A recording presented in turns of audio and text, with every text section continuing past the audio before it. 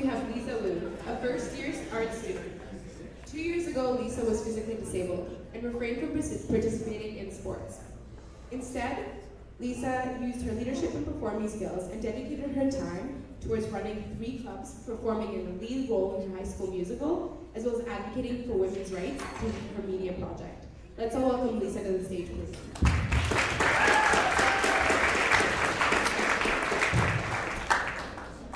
Hi guys, how are y'all doing tonight? So I'm a first-year student at UBC, and like you said, like Olia said, I was in a musical at my school. I love music, and it's my passion. It's something I do. But meanwhile, I also public speak because it's something I also like to do. So today I get to do a little bit of both, and hopefully you enjoy it. Just relax, take a seat, and I'll give you guys a good show. So, sometimes in our lives, we all have pain, we all have sorrow, but if we are wise, we know that there's always tomorrow.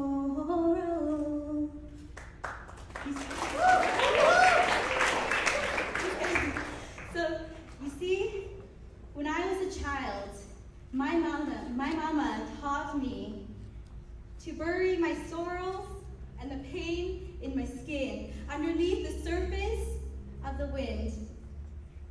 I remember when I was a child and I took my skin. Sorry guys, I'm gonna try this again. I'm a little bit nervous tonight. It's my first time speaking in front of an audience like you, and I hope you guys can forgive me.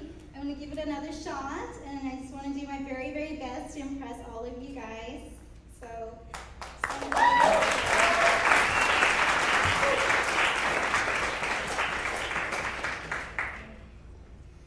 sometimes in our lives, we all have pain, we all have sorrow, but if we are wise, we know that there's always tomorrow. You see, when I was a young child, my mama taught me to bury my sorrows and the bruises that hid in my skin underneath the surface of the tides that swept away my eyes. When I was a young child, I learned how to hold a paintbrush for the first time, lightly, because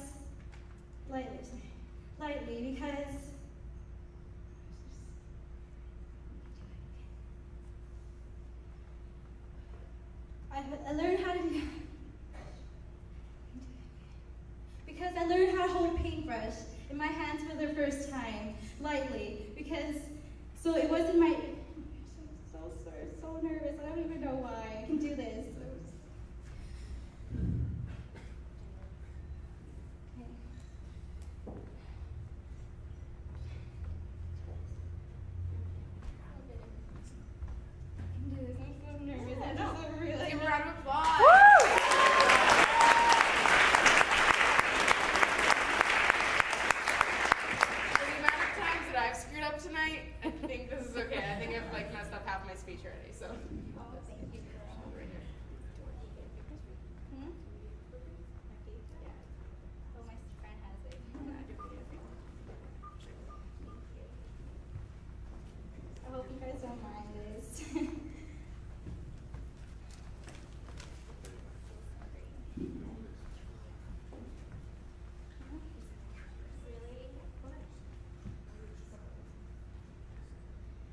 Because you see, when I was a young girl, my mama taught me to bury my sorrows with the bruises that hid under the layer of my skin, beneath the surface of conquering tides that swept over my eyes. I was taught to hold a paintbrush lightly, so that it wasn't my wrist that guided my artistic abilities, but my imagination. I remember discovering my hands for the first time as stories unfold on the walls of my room with the click of a night lamp. But I'll never forget my biggest accomplishment. Completing my masterpiece of doodles with crayons on the walls with my mom just painted. Did I forget to mention that I was only 3? As a child, I dreamed. I learned to imagine before I could speak, how to visualize before I could draw.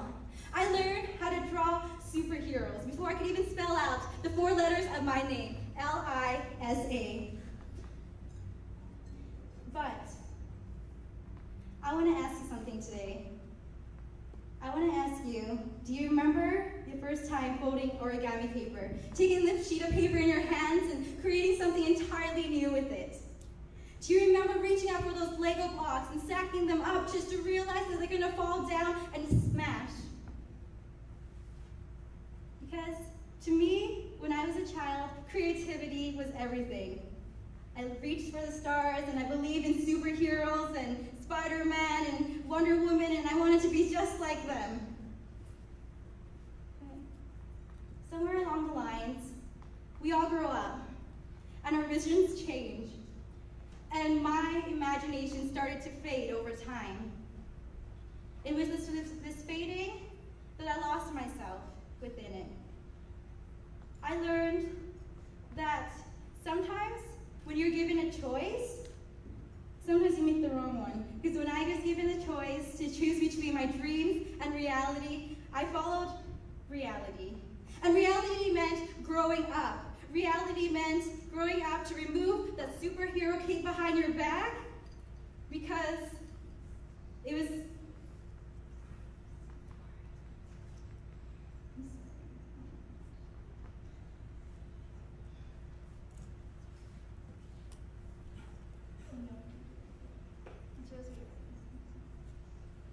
superhero behind my back because everyone reminded me that my long-term career goal couldn't be a superhero.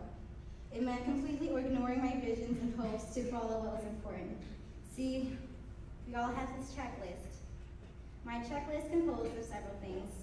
It was go to school, get good grades, maintain those grades, please my parents, make other people happy. Go to school, get a degree, get a life. And I didn't want to live this way. Because I want to ask you guys, if you ever have a checklist that didn't work with you, that it's time to reevaluate what you have. Take a step back because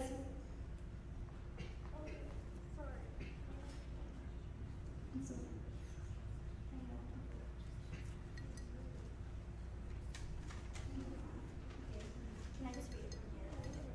Sorry guys, I'm gonna read it from here. Give me a chance. And I'm good.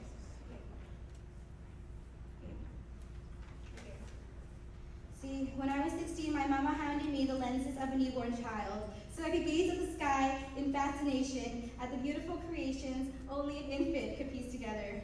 Because my mama knew that when life became tougher, I could still breathe in the beauty that this world has to offer. Because in the palms of my hands sat priceless lenses, providing me with better vision than a night vision scope, or a microscope, or even a telescope. On my right knee, if you look closely, there are 3 scars. I've named them hope, vision, and courage. Because over 2 years, I had my surgery for a soccer injury. And I learned that my wheelchair became a visible marker of my disability. And when people ask me what it was like, I always tell them that being disabled wasn't so bad. Like when I was lining up on Boxing Day and people would let me budge in line easily, or when I rode the wheelchair around the hallways really fast and not get caught by teachers. Now that was exciting. But behind the closed doors, I was different. I felt differently. Listen, can you keep a secret? I never told anyone this, not my friends, or my peers, or my mama. But I woke up 3 hours earlier each morning, not to change into my new clothes, or to shower, which I sometimes took 1 hour, but to practice the smile in the mirror, because people could easily see the image of me reflected on one side of the glass, but no one could see the reflection of me on the other side, hidden amongst the clouds of insecurities. Because in reality, I wasn't smiling. And the negative perceptions that people perceived me to be swallowed me entirely as I tried pushing through the walls of my minds to be set free. You're not beautiful, and you're not smart enough. We've heard these words replaying through our minds consistently, hiding our self-esteem and pulling us away from reality. But the reality is that you are the most beautiful human beings I know. You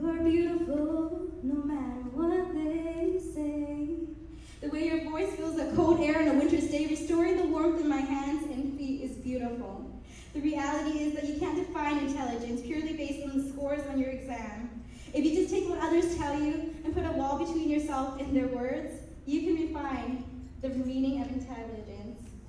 When I was on my wheelchair, there were nights when I couldn't handle the pain in my knee and the pain of losing my self-esteem.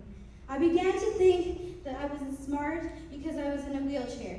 I couldn't dream or vision because I was in a wheelchair. Every time a stranger looked at me, I could hear them say, "She's not pretty," or "She's not smart."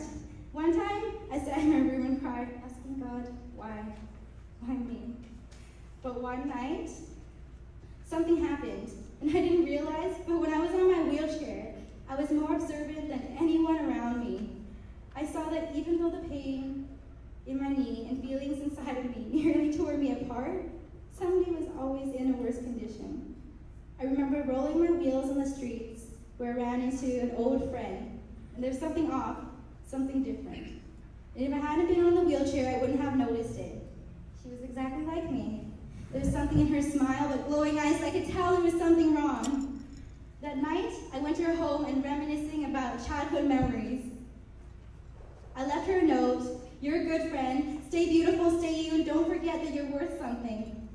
I didn't know what was going to happen or what she was going to do.